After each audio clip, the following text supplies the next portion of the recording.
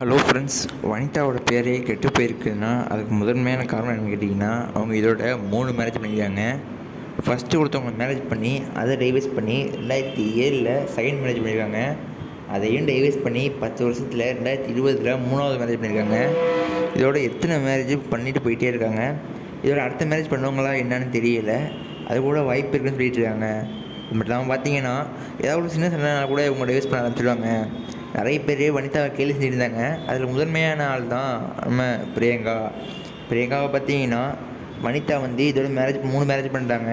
With Comali season 5 கூட பார்த்தீங்கன்னா, வனிதாவை அடுத்து எப்போ எனக்கு கல்யாண சாப்பாடு போடுவீங்க, அடுத்த மேரேஜ் எப்போ, அந்த மாதிரி கிண்டலாக கேட்டிருப்பாங்க. அதுதான் பார்த்தீங்கன்னா சோஷியல் மீடியாவில் ரொம்ப ட்ரெண்ட் ஆகிட்டு இருந்துச்சு. வனிதாவை நிறைய பேர் கேள்வி செஞ்சுட்டு இருந்தாங்க. அவங்க பேரை கேட்டு போகுது. இப்போ பிரியங்காவை பார்த்தீங்கன்னா செகண்ட் மேரேஜ் பண்ணுறாங்க. அது பார்த்தீங்கன்னா, வனிதா நீ என்ன சொல்கிறியா, உனக்கு பெரிய யுத்தமாக இருந்தால் நீ ஏன் இப்போ செகண்ட் மேரேஜ் பண்ணுறா, அந்த மாதிரி கேட்டிருந்தாங்க. பிரியங்கா பார்த்தீங்கன்னா ஃபஸ்ட்டு மேரேஜ் ஏற்கனவே பண்ணியிருந்தாங்க. அதில் சில தவிர்க்க முடியாத டைவர்ஸ் ஆகிடுச்சு. இப்போ செகண்ட் மேரேஜ் பண்ணுறாங்க.